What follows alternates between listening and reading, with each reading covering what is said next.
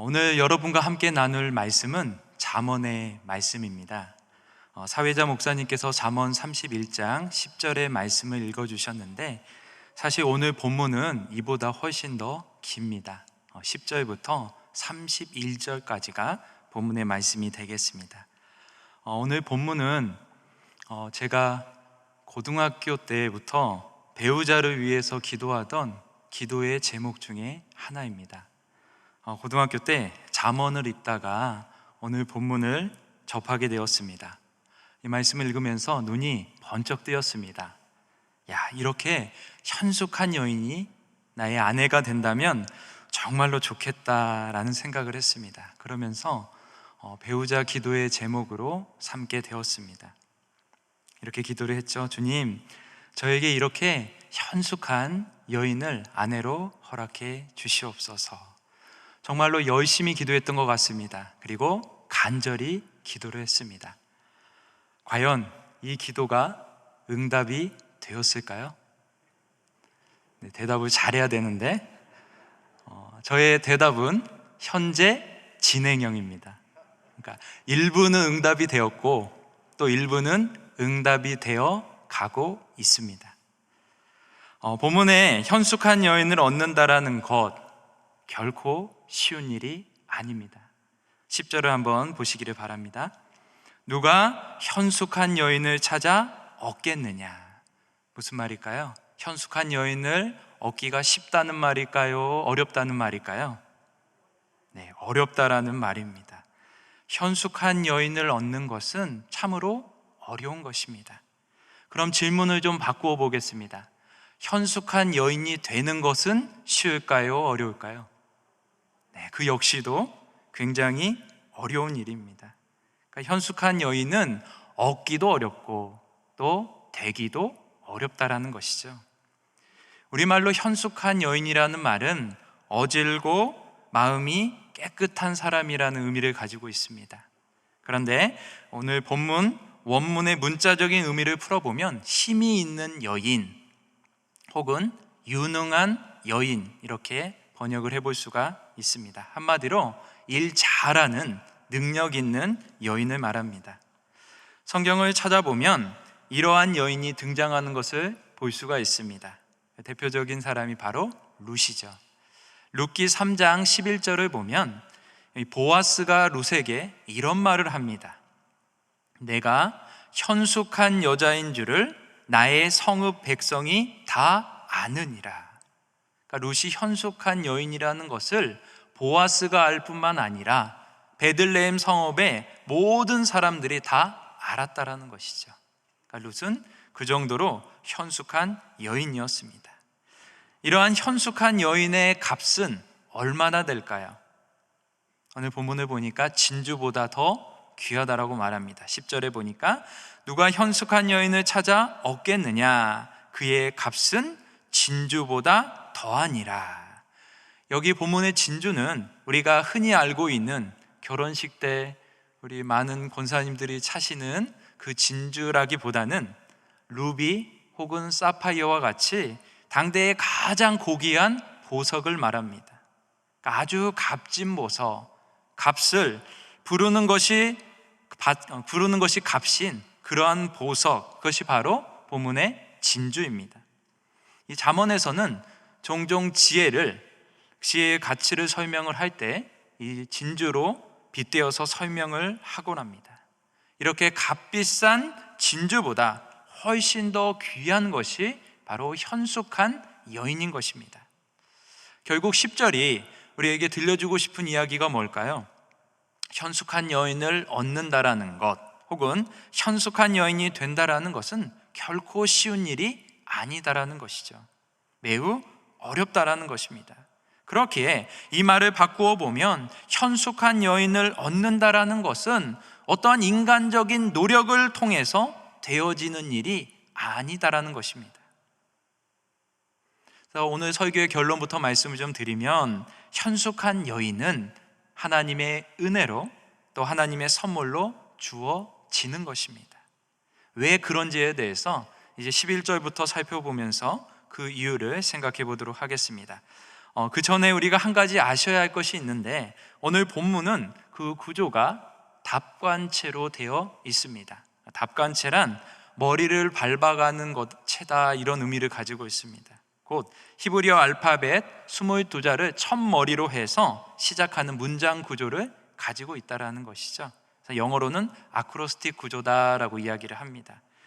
히브리 시 문학의 장르 중에서 한 가지에 속합니다. 우리가 알고 있는 시편 중에 119편을 잘 아시죠?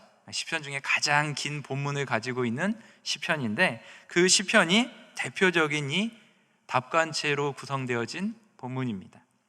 그래서 8절씩 끊어지는데 그 첫 글자가 히브리어 알파벳으로 시작하는 것을 볼 수가 있습니다. 이러한 아크로스틱 구조는 독자들로 하여금 흥미를 유발하고 또 자연적인 운율을 유발시켜서 그 내용을 잘 기억할 수 있도록, 암기하기 쉽도록 하기 위한 문학적인 장치인 것이죠. 그러니까 이 잠언의 저자가 그런 의도를 가지고 이 시편 잠언 31장 10절에서 31절을 기록을 했다라는 것입니다. 이러한 기본적인 이해를 가지고서 오늘 본문을 좀 살펴보도록 하겠습니다. 눈으로 오늘 말씀을 좀 잘 따라오시면 되겠습니다. 먼저 11절에서 12절을 보시면 현숙한 여인을 아내로 얻은 남편, 그 남자의 복에 대해서 말하고 있는 것을 볼 수가 있습니다. 11절에 보니까 그런 자의 남편의 마음은 그를 믿나니 산업이 핍절하지 아니하겠으며 그런 자는 살아있는 동안에 그의 남편에게 선을 행하고 악을 행하지 아니하느니라. 이 말씀을 보니까 현숙한 여인 때문에 산업이 핍절하지 않는다라고 말합니다. 곧 가정이 가난을 모른다라는 거죠. 또한 현숙한 여인은 사는 날 동안에 남편에게 오직 선을 행합니다. 오늘날 악을 행하는 남편 혹은 아내들이 얼마나 많습니까? 부부인데도 불구하고 선을 행하기보다는 악을 행하는 그러한 남편과 아내들이 많이 있습니다. 그런데 오늘 본문에 이 현숙한 여인은 오직 선을 행합니다. 그런 아내와 함께 산다면 참 행복하겠죠? 그런가 하면 이 현숙한 여인은 성실하고 또 유능하며 경제활동도 잘하고 또 집안 살림도 잘 돌보는 걸 볼 수가 있습니다. 조금 긴데 13절부터 19절까지를 눈으로 한번 잘 따라오시면 좋겠습니다.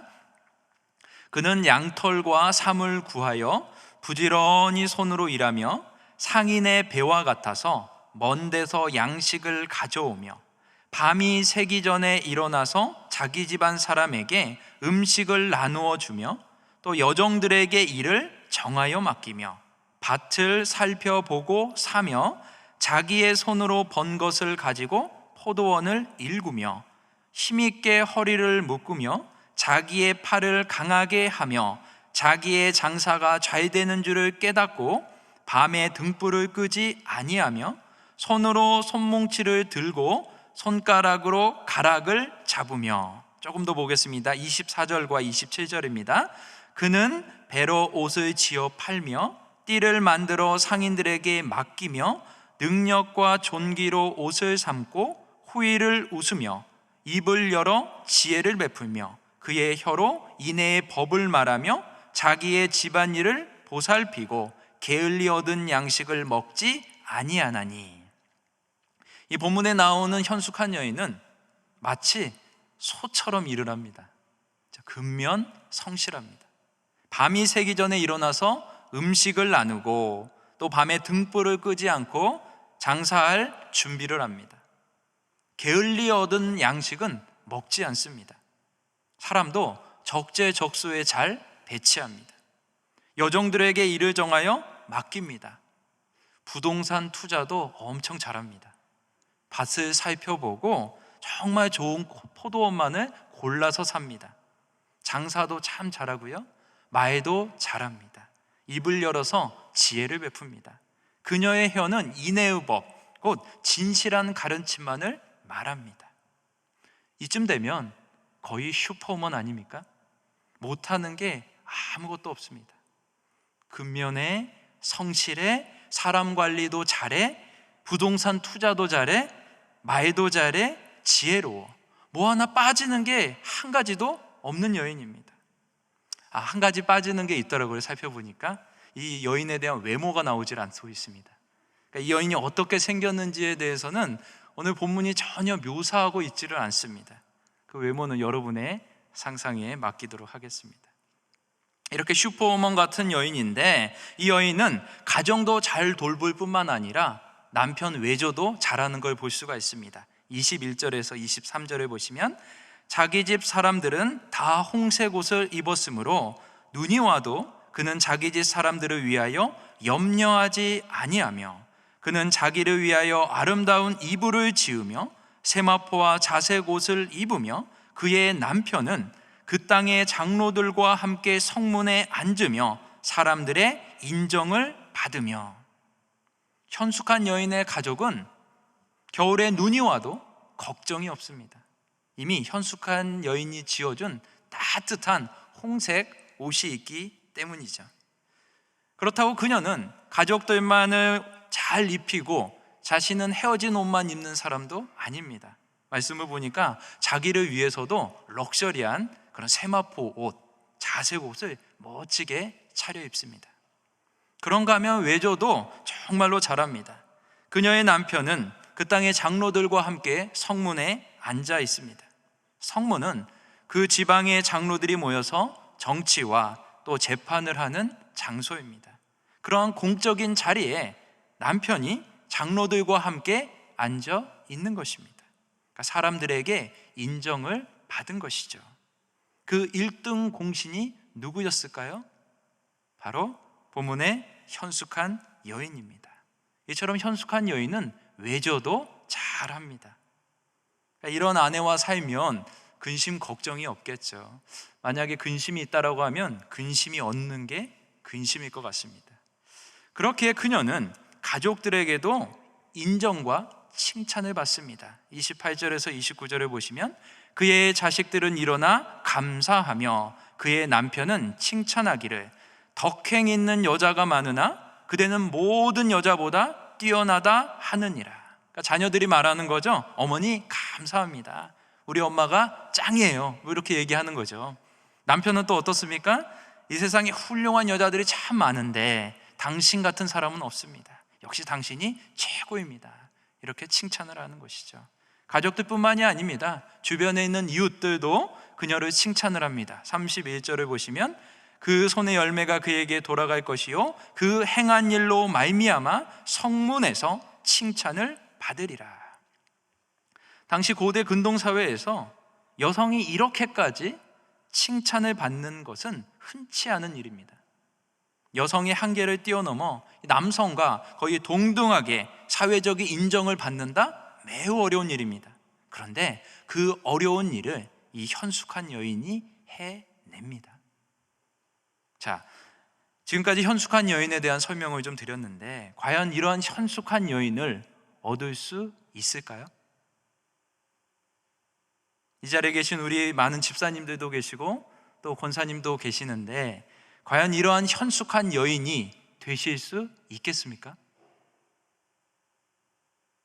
그래서 10절이 우리에게 말해주는 것이죠. 누가 현숙한 여인을 찾아 얻겠느냐? 그의 값은 진주보다 더하니라.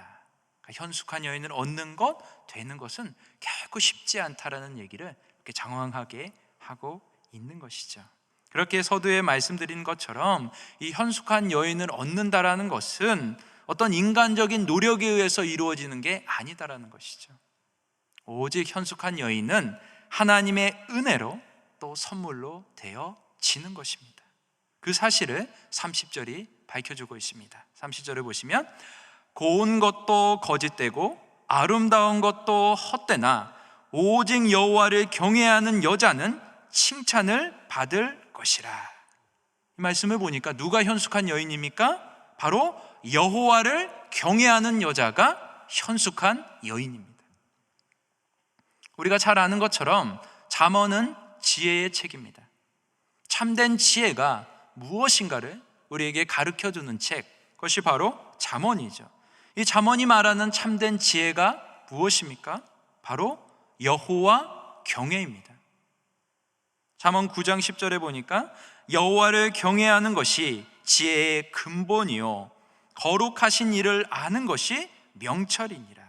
그러니까 여호와를 경외하는 것, 그것이 지혜의 근본이요 명철입니다. 그러므로 여호와를 경외하는 현숙한 여인은 무엇일까요? 바로 지혜 자체인 것이죠. 지식은 우리가 스스로 찾거나 노력하면 얼마든지 얻을 수 있습니다.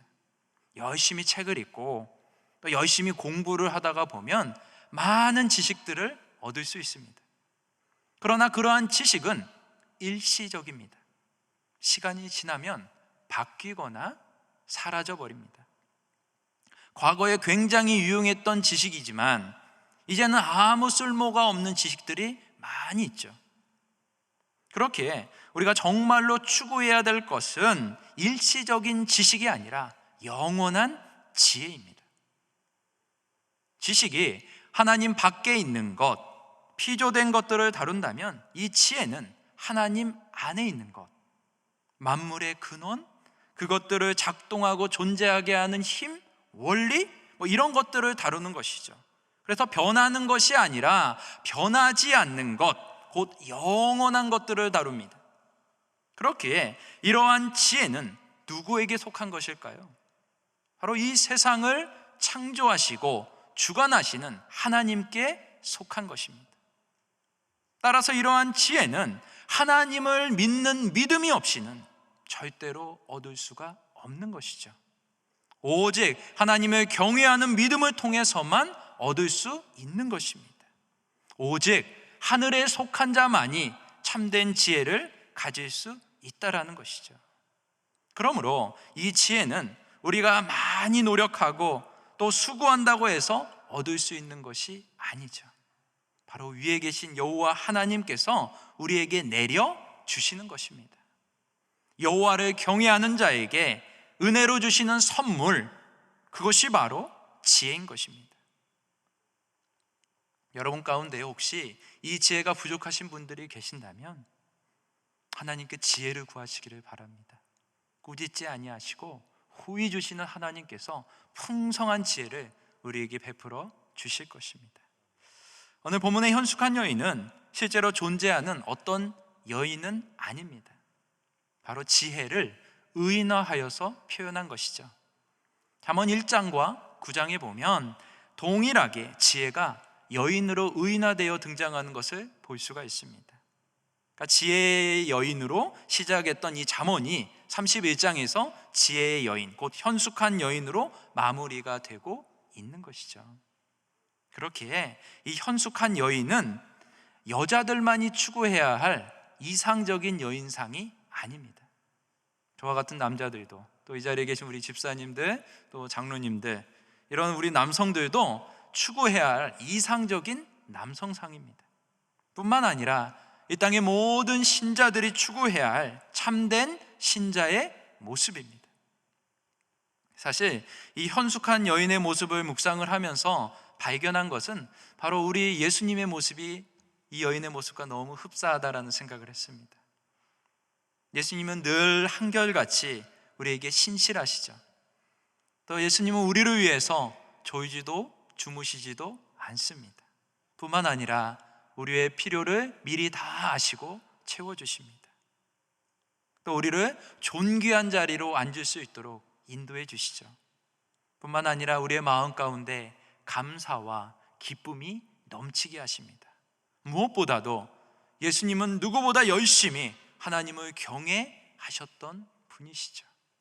바로 이러한 예수님의 모습과 오늘 본문에 나오고 있는 현숙한 여인의 모습이 일치하고 있는 모습을 볼 수가 있습니다. 바라기는 사랑하는 이 자리에 모인 우리 모든 충현의 가족들이 이러한 현숙한 여인이 되시기를 바랍니다. 바로 현숙한 여인은 여호와를 경외하는 자입니다. 이 세상에는 고운 것도 많고 또 아름다운 것도 많습니다. 그러나 그 모든 것들은 오늘 본문이 말하는 것처럼 거짓되고 헛된 것이죠. 여러분, 우리 눈에 보이는 게 다가 아니지 않습니까? 겉이 고와 보이고 아름다워 보여도 시간이 지나면 그 추함이 드러나기 마련입니다. 정말로 아름다운 것은 시간이 지났을 때 더 형편없어지는 것을 우리가 쉽게 볼 수가 있습니다. 그렇기에 진정 우리가 추구해야 될 것은 세상의 고운 것과 아름다운 것이 아니라 바로 여호와 경외입니다. 진정한 여인의 아름다움은 겉모습에 있지 않습니다. 내면 여호와를 경외하는 이 마음 가운데 있는 것이죠. 그래서 여호와를 경외할 때에 비로소 여인의 진정한 아름다움이 완성되는 것입니다. 남성의 진정한 멋짐, 강인함이 여호와를 경외할 때 비로소 완성되는 것이죠. 뿐만 아니라 우리의 인생이 여호와를 경외할 때에 비로소 참된 인생으로 완성되는 것입니다. 그래서 이 시간에 오늘 말씀을 통해서 나는 이제부터 여호와 하나님만을 경외하겠다, 이렇게 결단하시기를 바랍니다. 오직 하나님만을 두려워하고 오직 하나님만을 높이는 삶을 살겠다, 마음속에 다짐하시기를 바랍니다. 그리고 하나님의 말씀 앞에서 나는 순종하는 삶을 살겠다, 그렇게 해서 하나님만을 경외하는 인생을 경영해 보겠다라고 결단하시기를 바랍니다. 그럴 때에 여호와 하나님께서 일시적인 지식이 아니라 영원한 하늘의 지혜를 우리에게 부어 주실 것입니다. 그냥 주시는 게 아니라 넘치도록 채워 주실 것입니다. 그리하여서 정말 현숙한 여인을 얻은 자로, 또 현숙한 여인으로 살아가도록 은혜를 베풀어 주실 것입니다. 그런 놀라운 은혜가 저와 여러분의 삶 가운데 가득 넘치시기를 주님의 이름으로 축복합니다.